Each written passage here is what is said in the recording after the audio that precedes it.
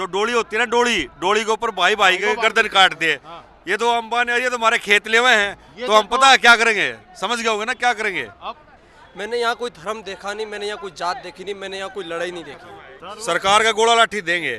ये बीजेपी वाले हिंदू मुस्लिम सिख ईसाई करते थे ना, ये सब खत्म हो गए। सिर्फ यहाँ किसान एक ही जात है, बस किसान। ये जो सरकार है ये क्योंकि धोखे से बनाई हुई सरकार लगती है मेरे को, तो ये पब्लिक की सरकार लगती नहीं, क्योंकि इनके साथ चुनाव आयोग भी मिला हुआ है, इनके साथ मीडिया भी इन्होंने क्योंकि खरीद रखी है, वो नेशनल मीडिया बना रखी है। मैं हाथ जोड़ता हूँ, आप यहाँ से उठ के चले जाएं, आपकी पिटाई होने वाली है। जो बगैर अपनी मेहनत के पैदा हो जाता है ना, उसको गैलट बोलते हैं, पीछे से जो आता है। जैसे ये थाईलैंड से आए हैं, ये है ना, हमें आतंकवादी कहते हैं। ये भी एक रिकॉर्ड बना दिया वर्ल्ड में कि आतंकवादियों के कैंप में गाजर का हलवा बट रहा है, जलेबी बट रही है, बादाम बट रहे हैं, काजू बट रहे हैं, अखरोट बच रहे हैं। ये सरकार षड्यंत्रकारी सरकार है और ये पूंजीपतियों की सरकार है। रेल बेच दी, भेल बेच दी, ओएनजीसी बेच दी, बैंकों को सबको बिठा दिया इसने, पूरी हो गया है ना सर। अब LIC जो हजारों करोड़ के मुनाफा देती है सरकार को, उसका नंबर आ गया है। अब ये भारत को मजबूत नहीं बना रहे, ये अडानी अंबानी को मजबूत बना रहे हैं। ये सारा पूरे देश का सिस्टम अडानी अंबानी के हाथ में दे रहा है और उसके बाद सबको मजदूर बनाना चाहता है कि भाई ये जितने भी लोग हैं ये गाड़ियों में ना घूमे, ये अच्छा खान पान ना रखें, ये सभी हमारे गुलाम बन के रहें। ये कॉरपोरेट की गुलामी है और कुछ नहीं है। बीच में हम भूल गए थे भाई ये पता नहीं सरमाएदार क्या होते हैं, लेकिन अब पता चला कि ये तो हमारे घर में ही घुस गए, हमारे खेत में ही घुस गए। हम ये संदेश देना चाहते हैं मोदी जी, ये गुजरात नहीं है, वो गुजरातियों से मिल सकते हैं। यहाँ के उसके अंदर इतनी हिम्मत नहीं है, क्योंकि जो जिसके अंदर चोर होता है अंदर, वो साफ आदमियों के सामने बात खड़ा होकर नहीं कर सकता। ये राजशाही लाना चाहते हैं, राजतंत्र लाना चाहते हैं। उनका सपना ये सपना ही रहेगा कि अगर इनकी जमानतें जब्त नहीं हो जाएं अगले चुनाव के अंदर। हमारे किसान भाइयों को आतंकी बताते हैं ना, ये अगर डिक्लेयर कर दो हम आतंकी है, हम जी चौथी मिनट लगाएंगे झंडा लहराने में। संविधान तो देखो, संविधान की तो इन्होंने धज्जियां उड़ा रखी हैं कि सारे जो संवैधानिक चेक एंड बैलेंस है वो सारे खत्म कर दिए इसने। ये सोचता है कि ये किसान गुमराह है। अरे गुमराह तू है, अडानी अंबानी ने तुझे गुमराह किया हुआ। ये अंग्रेजों की औलाद, ये RSS सर, इसके पिट्ठू में सीधी बात बोल रहा हूँ। मैं इस समय टिकरी बॉर्डर पर हूँ। हरियाणा के जाट खाप पंचायत और हरियाणा में जो सबसे ज़्यादा किसान हैं, पंजाब चंडीगढ़ के हरियाणा के किसान अगर मिलते हैं तो आंदोलन तेज होता है। मेरे साथ कुछ ऐसे ही शख्स हैं, उनसे बात करेंगे कि आखिर मसला कैसे हल होगा, हल का हल निकलेगा कि नहीं निकलेगा। सरकार ने तो लगभग संकेत दे दिए हैं कि वो आंदोलन को देख भी रही है, समझ भी रही है, लेकिन वो अलग से 700 प्रेस कॉन्फ्रेंस कर रही है, किसानों का बैठक कर रही है हिंदी पट्टी में। भैया आप लोगों से तो सरकार डर नहीं रही है। देखो, हम यहाँ पे सरकार को डराने के लिए बिल्कुल नहीं आए हैं। हम अपना डराने का मतलब बिल वापस लेने के लिए तैयार नहीं है। देखो, अभी तो हमने आंदोलन शुरू किया है, ये शुरुआत मानो। अभी आज 24-25 दिन हुए हैं सिर्फ। पहले 3 महीने किसान हमारे पंजाब के वहाँ भी धरना दिया है, अलग अलग सतर पे हमने जिला सतर पे भी धरने दिए हैं। लेकिन हमारा जो नेशनल मीडिया है वो बिकाऊ मीडिया है, गोदी मीडिया जिसको बोलते हैं, वो हमारी बातें आज तक कभी उन्होंने आंदोलन मीडिया के सहारे कर रहे हैं। मीडिया के सहारे बिल्कुल नहीं कर रहे हैं, हम कंटिन्यू कर रहे हैं। अगर ऐसी बात होती मीडिया के सहारे करते तो हमारा आंदोलन ये बढ़ता और आगे नहीं बढ़ता। लेकिन सरकार तो किसानों का अलग अलग बैठक कर रही है, 700 प्रेस कॉन्फ्रेंस करेगी। किसानों को तो लोग कह रहे किसान नेता भी टूट गए हैं, किसान भी बट गए हैं। देखो, ये नेशनल मीडिया कुछ भी दिखाएगा। आप यहाँ से घूम के देखो, ये टिकरी बॉर्डर का ये एंड है यहाँ पे, और आप वहाँ तक चले जाओ, आप 30-35 किलोमीटर तक जा लिया है। 15 किलोमीटर तो 4 दिन 5 दिन पहले था, और बढ़ता ही जा रहा है किसानों का जो जितना भी है। जैसे जो हरियाणा के यहाँ से आते हैं आसपास के, वापस भी चले जाते हैं। बाकी पंजाब के भाई यहाँ आए हुए हैं, या हमारा जो उधर का हरियाणा है, उत्तर हरियाणा, वहाँ दूर के हैं, वो भी यहाँ। आपने क्या फैसला किया है उस बताइए। देखो, सभी खापों ने फैसला ले लिया है कि इन बिलों के बिल्कुल हम खिलाफ हैं। जब तक ये तीनों बिल वापिस नहीं होंगे। हाँ जी, खाप में से और कोई है? सही कह रहे हैं ये। बिल्कुल सही कह रहे हैं। आप एक काम करो ना, मेरी क्यों मान रहे हो? आप पूरे रोड से अलग अलग जाके देखो, आप राणा खाप बैठी है, उधर देशवाल खाप बैठी है, अलग अलग खाप बैनर लगा के। बबीता फोगाट तो कह रही थी कि सब हरियाणा के लोग खट्टर के साथ। देखो, कुछ आदमी अगर खाकी कच्चा पहन लेते हैं तो वो कोई हमारे किसान पीछे वो उनका वो नाता नहीं रह जाता। अब मुट्ठी भर लोग तो सब में ही खराब हो जाते निकल आते अरे हैं। हरियाणा की बेटी है, खिलाड़ी है, उनका नाम है, उन्होंने कहा है कि सरकार के खिलाड़ी साथ है, खिलाड़ी है, उसी मानते हैं, जगह उसका पे मान हम- सम्मान अरे है, ये लेकिन कानून उसके मांगना साथ ही किसने था? ये किसानों किसने का मांगा आंदोलन है, ये खिलाड़ियों का आंदोलन नहीं है, किसानों का आंदोलन है। और खिलाड़ी भी विजेंद्र बॉक्सर जैसे खिलाड़ी है जो अपना जिन्होंने इतने बड़े पदक जीते हैं, वो भी उसको लौटाने के लिए तैयार है। खाप विरोध में हो जाएगा, उसके बाद सरकार नहीं झुकेगी, आपको ऐसा लगता है? ऐसा है, देखो इसमें खापों का मामला, क्योंकि खापें भी किसानों की ही बनाई हुई खापें हैं ये, और वो जो खाप है, जैसे कुछ आदमी रह जाते हैं भाई जो खाप के उसमें रह जाते हैं, क्योंकि किसान तो हम सभी हैं ना। हमारे खेत में अगर कोई घुसेगा तो हम किसी से ये पूछेंगे कि भाई हम आंदोलन करें कि नहीं करें। लेकिन सरकार को लगता है, हट जा भैया, सरकार को लगता है ना कि किसान अपने थक जाएंगे और उनकी नाराजगी एक हिंदू मुस्लिम करेंगे, नाराजगी दूर हो जाएगी, फिर हमको वोट मिल जाएगा, नहीं तो ईवीएम तो है। देखो सरकारों का तो षड्यंत्र, ये सरकार नहीं, पहले की भी सरकारें ऐसी थी। आज़ादी के बाद, आज़ादी से पहले की आप शुरुआत करोगे, सर छोटूराम, सर सिकंदर हयात खान की जो सरकार थी 25 के बाद, जानता हूँ पंजाब प्रांत में उन्होंने मुसलमान को पुराना, हाँ पुराना पंजाब था, जिसमें पाकिस्तान का भी पंजाब था, हमारे यहाँ का हिमाचल, हरियाणा, और ये अपना पंजाब। छोटू राम के पोता पर पोता तो बीजेपी में है, सरकार के साथ है। ऐसा होता है, अब एक विचारधारा होती है, एक नेता होता है, उसके बाद उसमें कौन उस विचारधारा को फॉलो करता है, कौन नहीं करता। अब उसके बच्चे अगर पीढ़ियां उसकी फॉलो नहीं कर रही हैं तो इससे हमारा उससे कोई आज सर छोटू राम होते तो क्या करते? आज अगर सर छोटूराम होते तो ना भारत पाकिस्तान अलग होता और ना किसानों की ये दुर्दशा होती, और 47 के बाद किसानों का ही राज रहता। किसान जैसे आज तक कोई किसान हमारा, छोटा सा इंट्रोडक्शन दे दूं सर। छोटू राम वो शख्सियत थे जिन्होंने सबसे ज्यादा जो पूंजीवादी व्यवस्था थी उसके खिलाफ लड़ा। जब देश गुलाम था तो 300 सीटें जीते थे उन्होंने पंजाब प्रांत में, मुस्लिम को मुख्यमंत्री बनाया था, डॉक्टर अंबेडकर उनसे मिलने आए थे बड़े, और सबसे पहले एमएसपी की सोच उन्हीं की थी। बड़े नेता थे और जितने जो शोषित वंचित लोग थे उनके साथ खड़े थे। उनका बहुत बड़ा कद था। आप कभी मौका मिले तो सर छोटू राम को पढ़िए। हाँ, अब क्या आप सर छोटू राम के परिवार के लोग तो बीजेपी के साथ। देखो इसमें ये परिवार का मैटर नहीं है, ये हमारा, क्योंकि हमारे किसान नेता थे सर छोटूराम, और दीन बंधु उनको कहा गया था, क्योंकि वो उसमें सभी दलित भी आ जाते थे, कमज़ोर लोग के भी थे, उन सब के लिए उन्होंने कानून बनाए थे, और एक समाज आपस में मिलजुल के आगे बढ़ता रहे।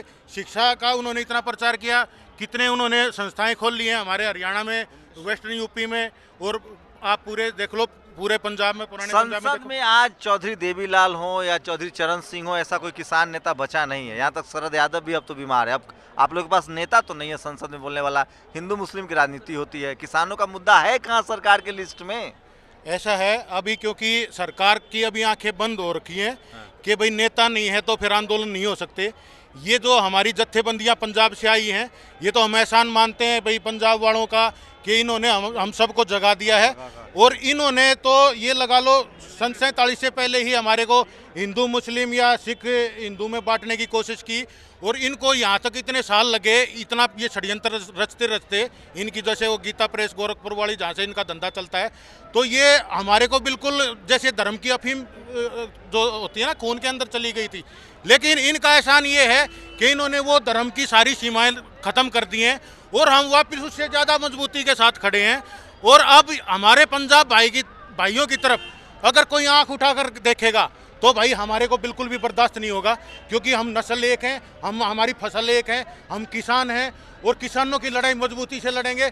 और ये कभी मैं तो देशवासियों से ये अपील करूंगा। अरे सुनिए साहब, किसान जमीन पर तो सरकार की नजर है, बिल भी बना दिया, जमीन तो जाएगी आप लोगों की, क्या कर लीजिए? आप सही कह रहे हो कि सरकार की पूरी नजरें हमारी जमीन के ऊपर हैं, और एक ये सिर्फ एग्रो से रिलेटेड ये हमारी जो है ना फार्मिंग ये बची थी, और देश का आम आदमी भी रोटी खा रहा था। अंबानी अडानी क्या बन जाइए मजदूर, काहेला इतना जीत? ऐसा है, ये हम जो अपनी ये हमारी जो फसल है, बिहारी थोड़ी हम जो मतलब अंबानी अडानी के वो बन जाएंगे।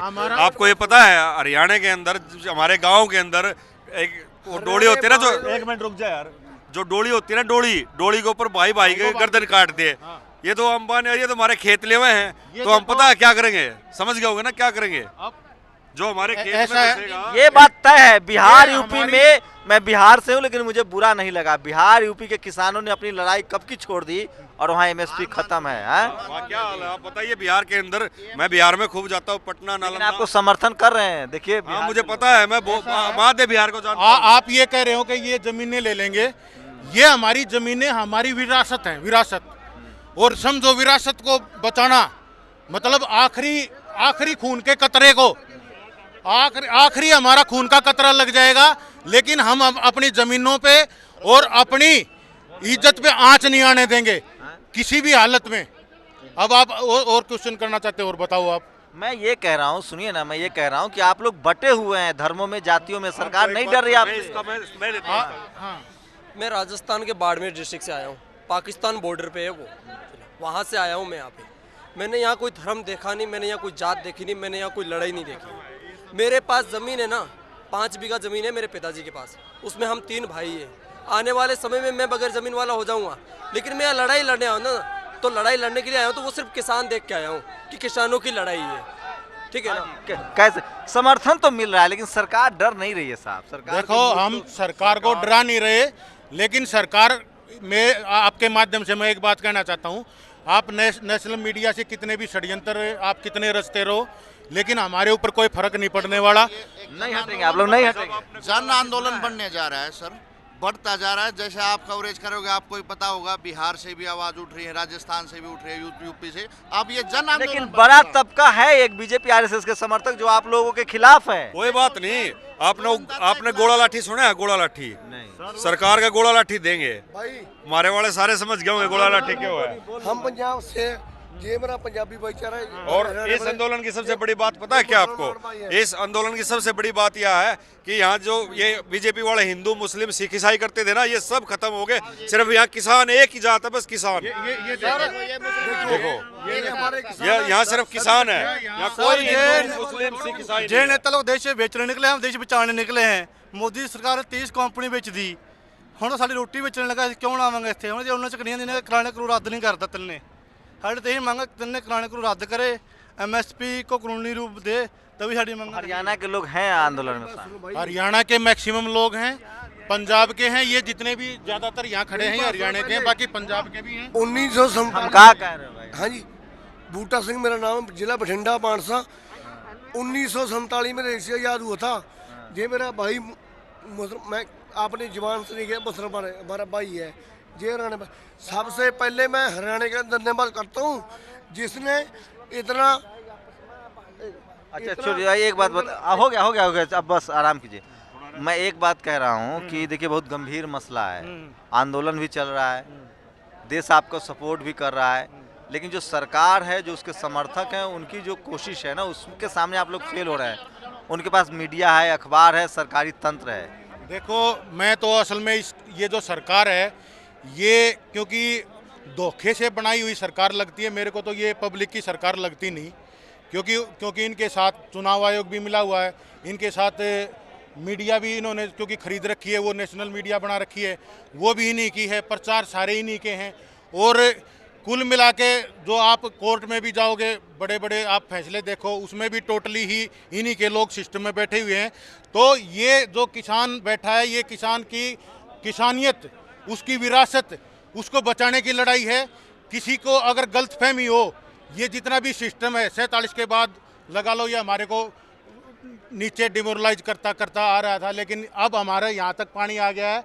अब ये पानी, इसके बाद तो भाई दूसरों को ही यहाँ तक पानी ले आएंगे हम, इसमें चाहे कोई भी आरएसएस हो। छोटू राम, एक बार जैसे अभी ये मोदी जी ने एक कानून बनाया, एमएसपी खत्म कर दी, तो एक बार छोटू राम के टाइम में कौन सा था वो, अंग्रेज था एक, उसने ऐसे ही उसको एमएसपी को खत्म कर दिया था। वो बोला गेहूँ मैं इतने रुपए में खरीदूंगा, तो छोटू राम बोला कि हम गेहूँ देंगे ही नहीं। तो बोला क्या करोगे? उन्होंने किसानों को बोला भाई अपने आपको जितना यूज करना उतना रख लो, बाकी खेत में आग लगा दो। तो 10 रुपये कह रहा था, 10 रुपये देंगे, बोला अब 10 भी नहीं, अब 11 लेंगे। तो मोदी सरकार को ये मतलब दिमाग में बिठा लेना चाहिए कि किसान जो है ना, पंचायतें हरियाणा में हुई, आपने शायद कवर किया होगा, आपको शाम तो खबर भी मिल जाएगी कितना भारी विरोध करना पड़ा। 10 बजे बीजेपी नेताओं को उठकर भागना पड़ा। आज फतेहाबाद, करनाल, सिरसा। मैं ये कहता हूँ एसपी फतेहाबाद ने कहा कि आप एसपी फतेहाबाद बीजेपी का विरोध हरियाणा में, सरकार है वहाँ, सरकार थोड़ी हरियाणा है ये बॉस, हरियाणा है। खट्टर ने आप लोग को सड़क पर तो चलने नहीं। एसपी फतेहाबाद ने कहा मैं हाथ जोड़ता हूं, आप यहां से उठ के चले जाएं, आपकी पिटाई होने वाली है। फतेहाबाद की खट्टर ने तो आप लोग को सड़क का काट दिया, जोड़ दिया ना, फिर जोड़ दिया। आज करनाल में, फतेहाबाद में, सिरसा में, हर जगह भारी विरोध का सामना करना पड़ा है। आप बबीता फोगाट की बात कर रहे थे, उनकी बहन विनेश फोगाट के भी ट्वीट आप पढ़ो, वो भी माननी हुई बड़ी पहलवान है। ठीक है, कोई किसी स्वार्थवश और किसी कांड करता है, लेकिन सबसे बड़ा अंदाता है यदि उसके खिलाफ कोई भी बोलता है तो वो इंसान कहलाने लायक नहीं है। ठीक है, आप विनेश फोगाट जो आपके आंदोलन का विरोध कर रहा है, चाहे वो मीडिया हो या बीजेपी आरएसएस समर्थक, वो क्या है? वो देखो आप सर, क्या है? वो गैलर है, वो वो समझ गए यहाँ के जो बगैर अपनी मेहनत के पैदा हो जाता है ना, उसको गैलड बोलते हैं, पीछे से जो आता है। जैसे ये थाईलैंड से आए हैं, इस टाइप से ये गैलड ही है एक तरह से। वो गैलर है। हम उनको गलत नहीं बताते। जिस तरह से बीजेपी के खिलाफ आवाज उठाना देशद्रोही था, हम वो नहीं चीज कह रहे। हम ये कहते हैं कि आप लोग को भी देशद्रोही कह रहा है, कहते हैं, हम तो जो उठाता है उसी को कहते ऐसा हैं, है, किसको नहीं बोला। ऐसा ये है ना, हमें आतंकवादी कहते हैं। ये भी एक रिकॉर्ड बना दिया वर्ल्ड में कि आतंकवादियों के कैंप में गाजर का हलवा बट रहा है, जलेबी बट रही है, बादाम बट रहे हैं, काजू बट रहे हैं, अखरोट बट रहे हैं। आतंकवादी सड़क पर बैठा हुआ है, आतंकवादी सड़क पर बैठा हुआ है। मीडिया हमारी, भाई आप देखो, ये देखो, पानी हमारे खेतों में खड़े हैं तो किसान सड़क पे। आप यहाँ आपको लगता है कि हम आतंकवादी होंगे? नहीं, ये देख लेंगे। ये तो आपको लगता है यहाँ कोई आतंकवादी है? आज बड़ा भारी विरोध है। आप सरकार, आप ये देखो, वीडियो भेजिए हमें। आप जो सरकार के बारे में बात कर रहे हैं, ये सरकार षड्यंत्रकारी सरकार है और ये पूंजीपतियों की सरकार है। आप जैसे ये कोरोना फैला था, आपने देखा, तो कह रहे हम चाय वाला फकीर हैं, गरीबों के साथ हैं, सबका साथ सबका विकास। देखो ये जो उन्होंने सारा देश बेच दिया मोदी ने। तो खड़े क्या नहीं बेच दिया? सब कुछ तो बेच दिया, रेल बेच दी, सब कुछ तो बेच दिया।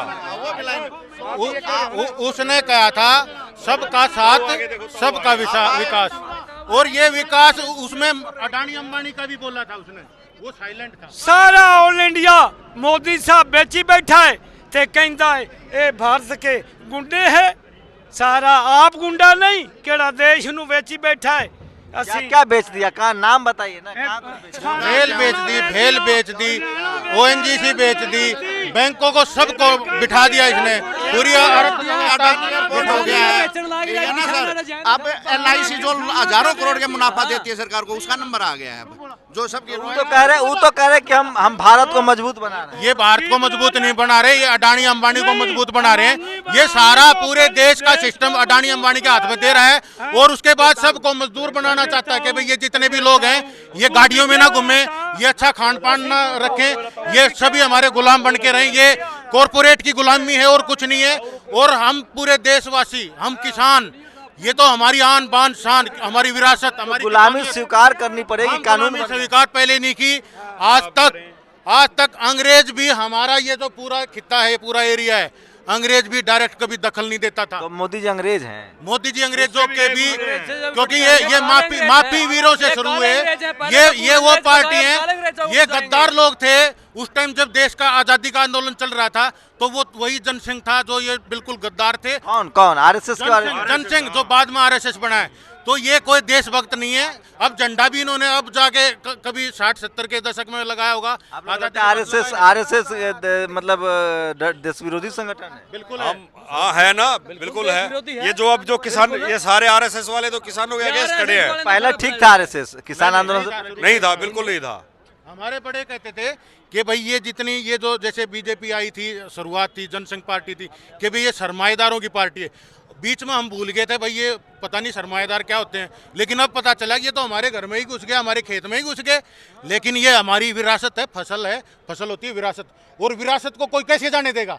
उसके अगर सारे सर भी उतर जाएंगे ना तो भी हमारा अगर गर्भ में भी बच्चा पैदा बच गया ना वो भी आखिर में लड़ेगा आके।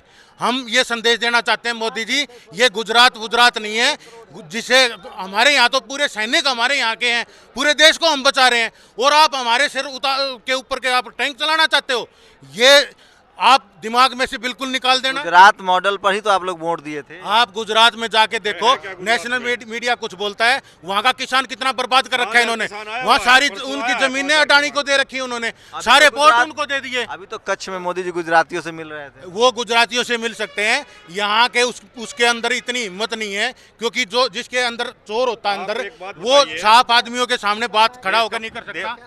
मोदी जी देश के प्रधानमंत्री हैं, वो लाइव वहाँ उत्तराखंड के किसानों को संबोधित करते हैं, मध्य प्रदेश के किसानों को संबोधित करते हैं। यहाँ 50 लाख किसान बैठा हुआ है, उसको क्यों नहीं, उनका मंत्री आप लोगों को क्यों नहीं समझा रहे? उनका मंत्री आप लोगों को किसान नहीं आतंकवादी मान रहा है। उनके मंत्री के सामने हमारे नेताओं ने 3 कानूनों में 850 पॉइंट है, समझ में आया? 3 कानूनों के अंदर 850 पॉइंट है, एक पॉइंट के डीमेरिट्स नरेंद्र तोमर जी को बताई और उसने एक्सेप्ट किया कि 850 पॉइंट्स में एक भी कानून जो है किसानों के हक में नहीं है। तो चलिए ये लंबी बातचीत में रोज बातचीत कर रहा है। गोलवलकर का क्या आरएसएस के गोलवलकर का बंच ऑफ थॉट पढ़ो, उसमें सारी बात लिखी हुई है कि ये हमें अंग्रेजों से कोई दुश्मनी नहीं है, हमारे दुश्मन तो मुसलमान हैं और हमें हिंदू राष्ट्र चाहिए, हिंदू राष्ट्र के लिए। और ये जो नेशनल मूवमेंट चल रहा है, ये नेशनल मूवमेंट जो है वो देश के लोगों को गुमराह कर रहा है, इससे दिग्भ्रमित हो रहे हैं। और हमारी उनकी जो आज़ादी की लड़ाई थी कि भाई हिंदू राष्ट्र बनाएंगे, अब ये उस समय ये सब तो बनाएंगे, आरएसएस कह रही कि बनाएंगे। सिख उनके रास्ते में आ रहा है, उनको हटाएंगे, जमीनें कब्जा कर लेंगे। उनका सपना ये सपना ही रहेगा। ये जो आरएसएस जो हिंदू राष्ट्र को नया संसद बन रहा है, नया संविधान आने वाला है, आप लोग गफलत में जी रहे हैं।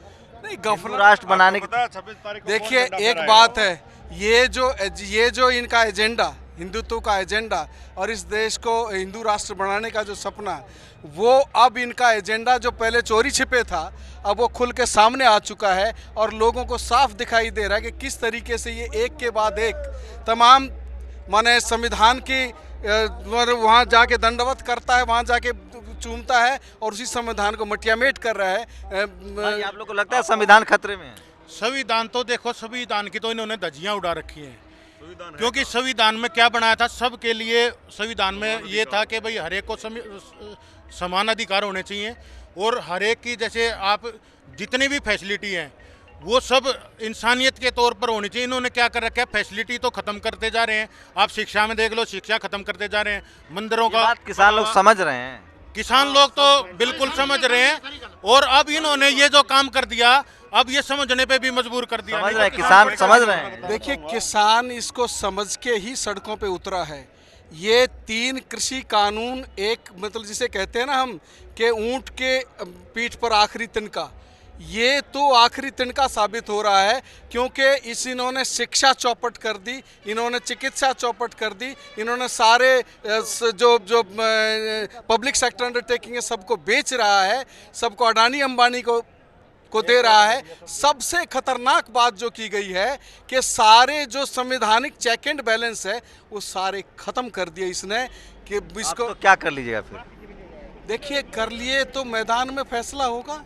आज जो है सड़कों पे आप जो ये देख रहे हैं, ये जो आंदोलन, ये सोचता है कि ये किसान गुमराह है। अरे गुमराह तू है, अडानी अंबानी ने तुझे गुमराह किया हुआ। कॉर्पोरेट हाउस यहाँ किसानों के साथ ये बात करता है क्या? लोग तो कह रहे हैं कि वो ईवीएम से आ जाएंगे। ईवीएम से आ जाएंगे? नहीं, ईवीएम से कैसे आ जाएंगे? ईवीएम से लाने के लिए भी तो माहौल चाहिए। ईवीएम के लिए माहौल बनाया जाता है। आए ईवीएम से थे, लेकिन माहौल बनाया था कि पुलवामा में हमारे शहीद हो गए पुलवामा, और वो वहाँ पर कम्मा कर रहा है, शहीदों की लाशों पर ये वो कर रहा है, मतलब उनको राजनीति कर रहा है। तो अब तो प्रधानमंत्री बन गए ना, अब तो आपको उनकी बात माननी पड़ेगी। देखिए प्रधानमंत्री बन जाएगा तो ये राजतंत्र तो नहीं है। असल में क्या है, मैं आपको एक बात बता दूं कि संविधान खत्म करने की बात कर रहे थे ना आप, ये राजशाही लाना चाहते हैं, राजतंत्र लाना चाहते हैं। तो अच्छा है। राजतंत्र में जो है वो राजा का वचन कानून होता है। आज मोदी अपने आप को 303 सीट लेके समझ रहा है कि मैं राजा हो गया हूँ और मेरा वचन कानून है। जाने मोदी जी राजा नहीं है भाई। अरे भाई राजा को मतलब ये जनता आज जवाब दे रही है ना। आज उसको ये सीना चौड़ा कर करके बोल रहा है ना, अंदर से भयभीत है, इनकी जमीन खिसक रही है। मैं आपको बता रहा हूँ, आज मुझसे लिख लीजिए आपके इस चैनल के अंदर कि अगर इनकी जमानतें जब्त नहीं हो जाएं अगले चुनाव के अंदर तो आप मुझे पूछ लेना रमेश। अगर चुनाव ही नहीं हुआ तो है, चुनाव ही नहीं हुआ तो चुनाव नहीं होगा तो क्रांति होगी। दो ही काम होंगे, या तो चुनाव होगा या क्रांति होगी भाई। और आज जो है आज क्रांति ये सारे भाई बीजेपी वाले, आरएसएस वाले और मोदी जी और जो मोदी के मंत्री हैं, एक बात कान खोल के सुन लो, जो हमारे किसान भाइयों को आतंकी बताते हैं ना, ये अगर डिक्लेयर कर दो हम आतंकी है, हम जी चौथी मिनट लगाएंगे झंडा लहराने में। आप कह रहे हो ना तंत्र कैसे पलटेगा। हम सबसे बड़ी जाट रेजिमेंट है, सबसे बड़ी सिख रेजिमेंट है, वहाँ किसके बच्चे हैं? किसानों के बच्चे हैं ना। किसान नहीं, ये जो आतंकवादी। तो ये देखिए, रुकिए बस होगी, लंबी बातचीत हुई है, मैं फिर हम आतंकवादी नहीं, किसानगढ़ बना लेंगे, ठीक है ना। किसान आंदोलन ने तमाम मुद्दों को ऊपर ला दिया है। लोग जब इस देश में पिछले 6 साल से लगातार आंदोलनों को कुचला जा रहा था, मुसलमानों को आतंकवादी, दलितों को नक्सली, तमाम शोषित वंचित लोग आंदोलन नहीं कर पा रहे थे। किसान आंदोलन ने देश को एकजुट कर दिया और लोग जो किसान हैं वो जमीन के साथ साथ तमाम मुद्दों पर बात कर रहे हैं। किसान एकता जिंदाबाद, किसान एकता जिंदाबाद, हरियाणा पंजाब भाईचारा जिंदाबाद। आप इन मुद्दों से सहमत हैं या असहमत हैं? अपनी बात हमें जरूर बताएं। एक चीज आपको मैं कह दूं, इस आंदोलन का क्या नतीजा निकलेगा, चुनाव ये कानून वापस होंगे, जरूर होंगे, इसमें क्या स्थिति बनेगी, लेकिन इस आंदोलन ने एक चीज़ बहुत बड़ी कर दी है और उसको आप देख सकते हैं कि इसने धर्म का भेद मिटा दिया, इसने जात का भेद मिटा दिया, इसने क्षेत्रवाद का भेद मिटा दिया और सारी जनता का एकजुटता पैदा कर दी। ये इस आंदोलन की सबसे बड़ी उपलब्धि है और जिससे ये भयभीत है, क्योंकि ये अंग्रेजों की औलाद, ये काले अंग्रेज, वो फूट डाल के राज करा करते, ये भी फूट डाल के राज अंग्रेजों की औलाद है। अंग्रेजों की औलाद ये आरएसएस और इसके पिट्ठू में सीधी बात बोल रहा हूँ कि इन्होंने अंग्रेजों की इसका बंगाल, ये जो हिंदू मुस्लिम नहीं कर पाए बंगाल में इस आंदोलन के कारण, अपनी गाड़ियों पर हमले करवा रहे बंगाल में। इन्होंने गलत जगह हाथ लगा दिया बड़े भाई, इन्होंने गलत जगह हाथ लगा दिया, किसानों को छेड़ के, किसानों को छेड़ के इनके सभी जगह हिंदू मुस्लिम मुद्दा चला, लेकिन ये और भयभीत किया। अरे तुम हिंदुओं को कायर बना रहे हो। तुम्हारे घर यहाँ शाहीन बाग में क्या बोलता है कि वो क्या है उसका नाम, ये क्या प्रवेश वर्मा, कि ये आएंगे तुम्हारे घरों में घुस जाएंगे। अरे कायर समझ रखा है। ये चीज़ पंजाब में अवेलेबल नहीं है। पंजाब को नहीं डरता है, ना उसको डराया जा सकता, ना झुकाया जा सकता है। पंजाब ने आज़ादी की लड़ाई में अगुवाई करी, पंजाब और बंगाल ने, और आज फिर दूसरी आज़ादी की लड़ाई में ये आज़ादी की लड़ाई कॉरपोरेट से है। बंगाल जीत जाएगी, बीजेपी नहीं जीतेगी। कैसे जीत जाएगी? बंगाल जीत जाएगी, वो तो बिहार जीत गया। और चोरी करके बिहार कैसे जीता है ना, 150 वोट 200 वोट बिहार कैसे जीता है वो भी आप समझ रहे हैं। और सुनिए, और सुनिए, ये जो तरीका है ना, ये जो फूट डाल के राज करने का तरीका है, ये अब सारा शाम का अंधेरा हो रहा है, अंधेरा होने वाला है, लेकिन किसानों का उत्साह देखिए। 22 दिन 23 दिन हो चुके हैं, 20 किसान शहीद हो चुके हैं, लेकिन किसान न जाने किस मिट्टी के बने हैं, वो अब वापस घर जाना नहीं चाहते हैं बिना बिल वापस किए हुए। अब हो गया।